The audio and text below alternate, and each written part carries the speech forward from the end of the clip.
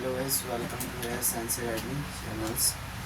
आज आप लोग का क्लास 10th का चैप्टर 4 का लेक्चर नंबर 2 है। चलिए आज हम लोग शुरू करते हैं आज की जो क्लास है आपका।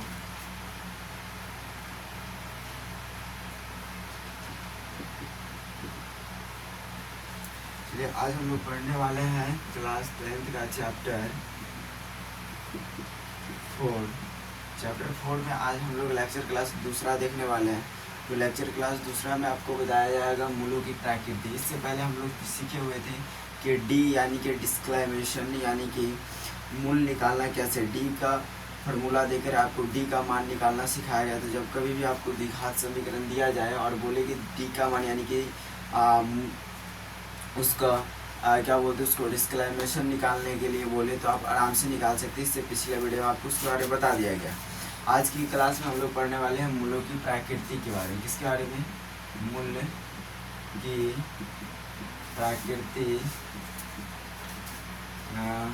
बताना सीखें। आज हम लोग सीखने वाले मूलों की प्राकृतिक बताना सीखें। मूलों की प्राकृतिक बताना सीखेंगे आज हम लोग। चलिए तो ध्यान से देखिएगा। आज की जो टॉपिक बहुत सा प्यारा सा टॉपिक है। आज की टॉपिक क्या है? मूलों की प्राकृतिक निकालना, है ना। चैप्टर का क्या नाम है? द्विघात समीकरण। तो द्विघात समीकरण में हम लोग लेक्चर दूसरे पे है। लेक्चर दूसरा का नाम है मूलों की प्राकृतिक निकालना। तो इसमें इस लेक्चर क्लास में हम लोग सीखेंगे मूलों की प्राकृतिक निकालना सीखने वाले। तो ध्यान से देखिए, मूलों के प्राकृतिक के हम लोग कैसे पता करेंगे। तो सबसे पहले हम लोग डी का मान निकालना सीखे हुए थे कि डी का मान कैसे निकालेंगे, है ना। तो डी का मान इससे पिछला वीडियो हम बता दिए गए हैं। अब देखिए, अभी हम लोग आपको बता दें कि डी का मान मान लीजिए कभी भी आपको बताना है मूलों की प्राकृतिक बताना है। अब देखिए मूलों की प्राकृतिक कैसे आप बताएंगे। ध्यान से देखिए, अगर हम मान लें कि डी का जो मान है वो 24 है। कितना है? डी का मान 24 है। अगर कभी हम कह दें कि डी का मान, कभी क्या कहते हैं, डी का मान जो है 40 निकल कर गया है। डी का मान कितना निकल कर गया? 40 निकल कर गया। कभी अगर बोल दें कि डी का मान जो है 0 हो गया। कभी अगर हम बोल दें कि डी का मान जो है -24 हो गया। कभी अगर हम ऐसा कह दें कि डी का जो मान है वो -19 हो गया। और इतना सारा जो 4 का 5 सवाल जो आपको बोर्ड पे इंक्लूड किया गया है, इस सब में आपको बताना है कि मूलों की प्रकृति क्या बताना है। मूलों की प्रकृति बताने की सबका मूलों की प्रकृति क्या होगा। डी का मान हम लोग निकाल चुके हैं। डी का मान जो है 24 है, डी का मान 40 है, डी का मान 0 है, डी का मान -24 है, डी का मान -19 है। आपको बताना है कि पहला वाला जो सवाल है डी का मान 24 है, इसकी मूल की प्रकृति कैसी होगी। डी बराबर जो 24 है इसका मूल की प्रकृति कैसा होगा। तो ध्यान से देखिए, इसकी मूल की प्रकृति कैसा होगा। ध्यान से देखिए, यानी कि इसका मान जो है, यानी कि इस फर्स्ट वाले क्वेश्चन का जो मान है डी बराबर 24 दिया गया। कितना दिया है? 24। यानी कि डी का मान 24 है। इसकी मूल की प्राकृतिक बतानी है। इसकी मूल की प्रकृति कैसा हो जाएगा? वास्तविक एवं असमान। कैसा होगा? वास्तविक एवं असमान। अब कहेंगे सर कि वास्तविक एवं असमान कैसे हो गया। देखिए ध्यान से, हम बताए हुए थे कि जब कभी भी डी का मान प्लस में, जब कभी भी डी का मान प्लस के तरफ हो, यानी कि डी का मान जो है प्लस में आए, तो उसकी जो मूलों की प्राकृतिक होती है वो कैसा होता है? वास्तविक एवं समान होता है। कैसा होता है? वास्तविक एवं समान। यानी कि 0 से डी का मान बड़ा निकले तो उसको हम लोग क्या कहेंगे? वास्तविक एवं समान। उसकी मूल्य की प्राकृतिक कैसा हो जाए? वास्तविक एवं समान। जब कभी भी डी का मान 0 से बड़ा निकले, यानी कि है ना प्लस के तरफ निकले, तो उसकी मूलों की प्रकृति कैसी होगी? वास्तविक एवं असमान हो जाएगा। जब कभी भी डी का मान, है ना, जब कभी भी डी का मान अगर 0 से बड़ा यानी कि प्लस के तरफ निकले तो उसकी प्रकृति कैसे होती है? वास्तविक एवं असमान होता है। तो इस भी डी का मान कितना है? 40 है, यानी कि 0 से बड़ा है, प्लस के तरफ है। इसकी मूल की प्रकृति कैसी हो जाएगी? वास्तविक एवं असमान हो जाएगा। कैसा हो जाएगा? वास्तविक एवं असमान हो जाएगा। उसके बाद तीसरा नंबर में देखिए क्या है? डी का मान कितना दिया गया है? 0। डी का मान कितना है? 0। तो डी का मान जो 0 दिया गया है, तो इसकी मूलों की प्रकृति कैसी होगी। तो बताया गया था कि जब कभी भी डी का मान 0 के बराबर आ जाए, जब कभी भी डी का मान 0 के बराबर आ जाए तो उसकी मूलों की प्रकृति कैसी होती है? वास्तविक एवं समान, वास्तविक एवं समान होता है। कैसा होता है? वास्तविक एवं समान। तीसरा नंबर बताया गया कि डी का मान जब कभी भी 0 से कम यानी कि माइनस की तरफ आ जाए तो उसका मूल्य की प्रकृति कैसा होगा? तो उसका मूल्य की प्रकृति कैसी होगी? काल्पनिक होगी। कैसे होगी? काल्पनिक, या काल्पनिक, या आप कह सकते हैं काल्पनिक, या कह सकते हैं अवास्तविक कह सकते हैं। क्या कह सकते हैं? अवास्तविक कह सकते हैं। काल्पनिक या अवास्तविक हो सकता है। तो यहाँ पे देखिए फिर से क्या दिया गया, डी बराबर -90, ये भी 0 से कम है यानी कि माइनस की तरफ इसकी भी मूल्यों की प्रकृति हो जाए काल्पनिक या अवास्तविक हो जाएगा। समझ में आ गया बात को? तो ध्यान से फिर से एक बार समझ लें कि जब कभी भी आपको मूल्यों की प्रकृति निकालने के लिए दें तो सबसे पहले तो आप डी का मान निकालिए। अगर डी का मान कैसे निकाल लें? तो ध्यान से देखिए, कोई भी द्विघात समीकरण दिया रहे, क्या दिया रहे? कोई भी द्विघात समीकरण दिया रहे, उसमें पहले ए का, बी का और सी का मान पता करिए। ए और बी का सी का मान पता करने के बाद उसको डी के फॉर्मूला बैठाइए, b² - 4ac। फिर यहाँ से आप डी का मान याद कीजिए, फिर उसकी मूलों की प्रकृति आप आसानी से पता कर सकते हैं। डी का मान अगर प्लस की तरफ आए 0 से बड़ा तो वास्तविक एवं असमान हो जाएगा। अगर डी का मान 0 के बराबर आए तो वास्तविक एवं समान हो जाएगा। डी का मान अगर 0 से कम यानी कि माइनस की तरफ हो तो उसको हम लोग क्या कहेंगे? काल्पनिक कहेंगे। क्या कहेंगे? काल्पनिक या अवास्तविक कहेंगे। क्या कहेंगे? काल्पनिक या अवास्तविक कहेंगे।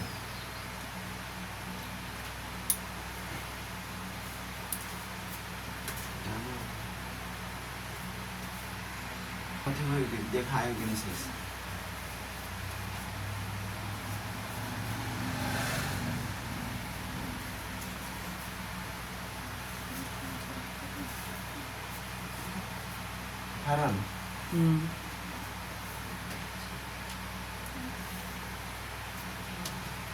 चलिए तो हम लोग अब आगे देखने का प्रयास करते हैं।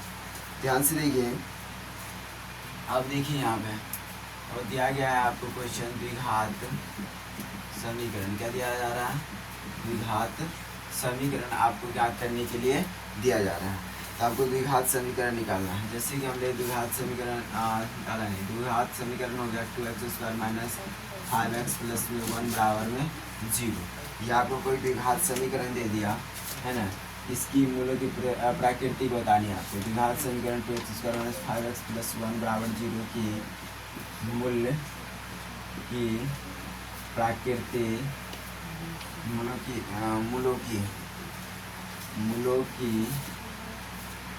की प्रकृति ज्ञात करें। मूलों की प्रकृति ज्ञात करें। तो चलिए इसको हम लोग सॉल्व करते हैं। आपको कोई द्विघात समीकरण दे दिया गया है। यहाँ पे देखिए एक क्या दिया गया है, यहाँ पे द्विघात समीकरण दिया गया है। द्विघात समीकरण देखिए ध्यान से, ये द्विघात समीकरण है, इसकी मूलों की प्रकृति बताना। सबसे पहले क्वेश्चन को यहाँ पे लिख लीजिए, 2x² - 5x + 1 बराबर में 0। इसकी मूलों की प्रकृति बतानी है।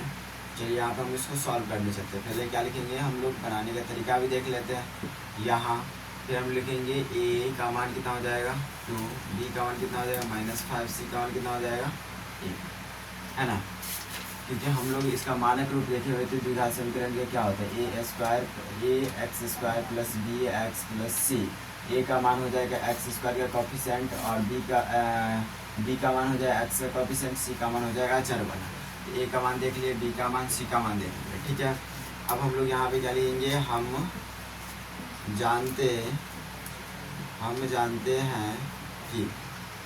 हैं कि अब देखिए अब क्या जानते हैं, तो मूलों की प्रकृति निकाल लेते हैं। पहले क्या निकालेंगे d, तो d बराबर b² - 4ac। b का मान कितना हो जाएगा -5, तो -5 के स्क्वायर -4 गुने a का मान कितना हो गया 2, c का मान कितना है 1। -5 के स्क्वायर कितना निकलेगा 25, क्योंकि -5 गुने 5 हो जाएगा, पावर 2 बार लिखा है, तो माइनस प्लस 25, तो कितना आ गया +25। फिर -4 दूनी 8, 8 का 8, 8, 25 में से -8 गया कितना बचेगा +17, कितना बचेगा +17 आ जाएगा, कितना आ जाएगा +17। तो देखिए ध्यान से यहाँ पे जो डी का मान निकला है किसके तरफ गया है, प्लस की तरफ, +17 निकला यानी कि 0 से बड़ा है। तो इसका मूलों की प्राकृतिक हम लोग क्या कह सकते हैं, इसकी जो मूलों की प्राकृतिक होगा क्या कहेंगे हम लोग, अतः लिखेंगे अतः, है ना, अतः मूलों की प्राकृतिक, मूलों की प्राकृतिक,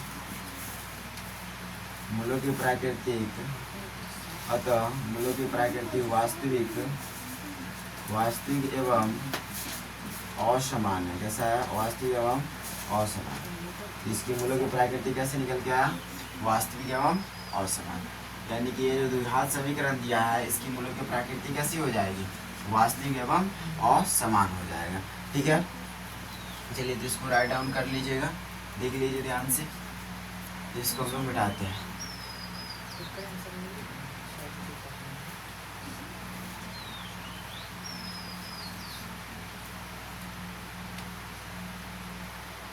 अब यहाँ पर आपको एक क्वेश्चन और दिया जा रहा है जिसको आपको सॉल्व करके बताना है।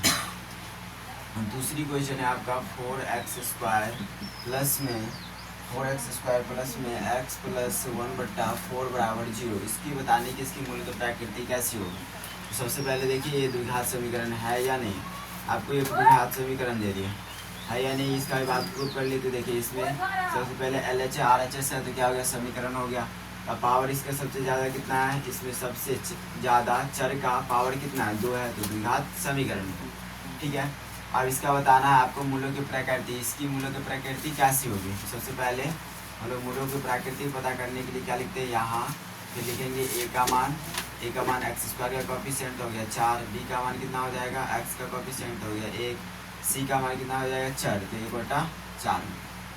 चलिए अब यहाँ पे हम लोग क्या लिखेंगे, हम जानते हैं, हम जानते हैं, क्या जानते हैं, मूलों की प्रकृति निकालने के लिए आपको d पता होना चाहिए। तो d बराबर b² - 4ac। b का मान कितना होगा, तो 4 का b का मान कितना है 1, तो 1 का स्क्वायर -4 गुने a का मान कितना है 4, c का मान कितना है 1/4, 4 से 4 कट गया, 1 का स्क्वायर 1 - 4 से 4 कट गया, 4 एकान 4, है ना, और 1 में से -4 गया, कितना हो जाएगा -। ये क्या होगा इसका आंसर।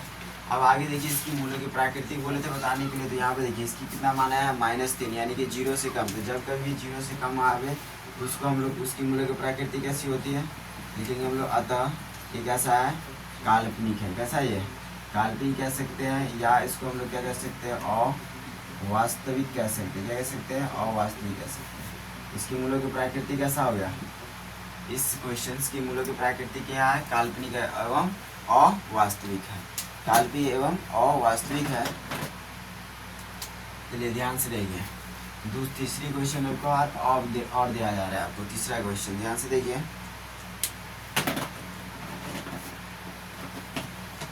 यहाँ पे तीसरा क्वेश्चन में क्या कहा जा रहा है, 6x² प्लस में 5x प्लस में 2 = 0। अब ये क्वेश्चन है, इसकी मूलों की प्रकृति आपको ज्ञात करना है। क्या याद करना है, मूलों की प्रकृति। तो 6x² प्लस 5x प्लस 2 = 0, ये आपको एक द्विघात समीकरण दे दिया गया। इसको बोला कि बताइए कि इसकी मूलों की प्रकृति कैसी होगी। चलिए बताते हैं हम लोग। तो क्या लिखेंगे हम लोग, यहाँ फिर लिखेंगे a का मान x² का कोफिशिएंट था 6, फिर लिखेंगे b का मान कितना हो गया 5, c का मान कितना हो जाएगा 2।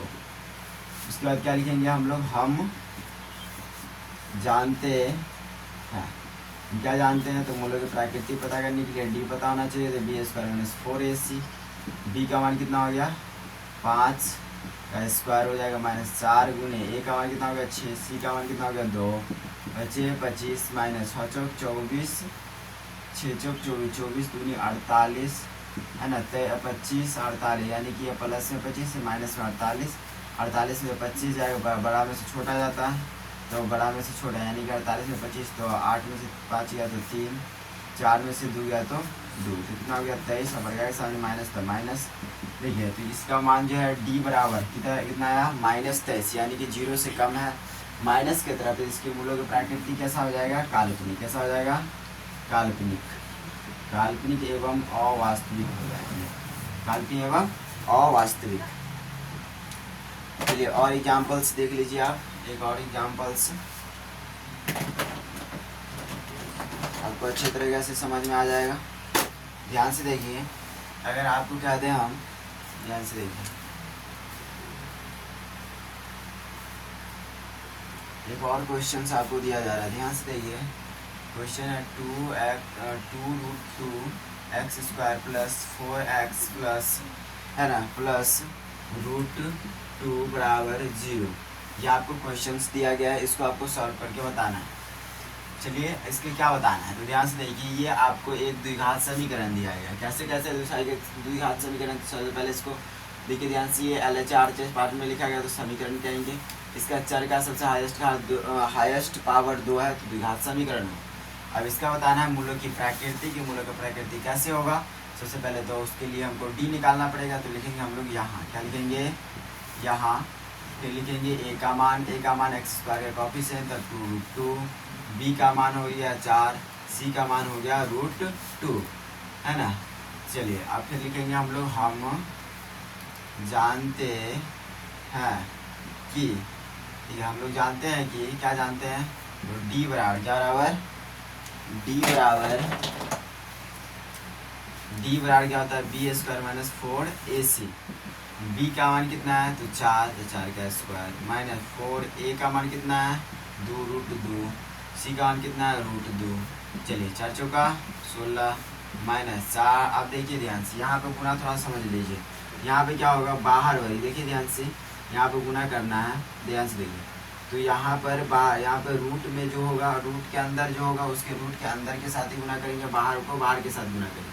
तो 4 2 है, यहाँ पर नहीं कुछ 1, ये सब बाहर है, तो सबको बाहर वाले के साथ गुना करो। 4 दूनी 8, 8 1 8, तो यहाँ पे कितना लिखेंगे 8। फिर √2 और √2 का गुना कितना हो जाएगा, तो अंदर रूट के अंदर के साथ गुना, तो 2 दूनी कितना हो जाएगा 4। फिर 4 का वर्गमूल कितना निकल के आएगा, 2। इसका गुना कितना निकल के आ गया, 2। ये दोनों गुना में, तो गुना हो गया 2। 16 माइनस 8 दूनी 16 बराबर कितना आ जाएगा, 0। 16 में 16 गया तो 0। अब देखो d बराबर यहाँ पर मान कितना आ गया है, 0। d बराबर यहाँ पर मान कितना आया है, 0 आ गया। तो d का मान जब 0 आया गया है, तो ध्यान से देखिए, जब कभी भी d का मान 0 हो, उसकी मूलों की प्रकृति कैसी होगी, उसकी मूलों की प्रकृति कैसे होगी, क्या बोलते उसको, वास्तविक एवं समान। क्या बोलेंगे उसको, वास्तविक एवं समान बोलेंगे। क्या बोलेंगे, वास्तविक एवं समान। तो जब कभी भी d का मान 0 से बड़ा तो वास्तविक एवं असमान, d के बराबर तो वास्तविक एवं समान, d से छोटा तो काल्पनिक यानी कि अवास्तविक होगा। तो अभी हम लोगों ने d का क्या बोलते हैं, अभी देखिए हम लोग मूलों की प्रकृति याद करना। तो वही द्विघात समीकरण दे दे, उसकी मूलों की प्रकृति हम लोग कैसे निकाल सकते हैं, आप इस वीडियो के माध्यम से जान सकते हैं। और किसी भी प्रकार की कोई दिक्कत होगा अब कमेंट सेक्शन में ज़रूर बताइएगा। अब देखिए नेक्स्ट जो आपका टॉपिक है वो क्या है, ध्यान से देखिए। नेक्स्ट टॉपिक है आपका k का मान ज्ञात करना। किसका मान ज्ञात करना, k का, किसका मान ज्ञात करना, k का मान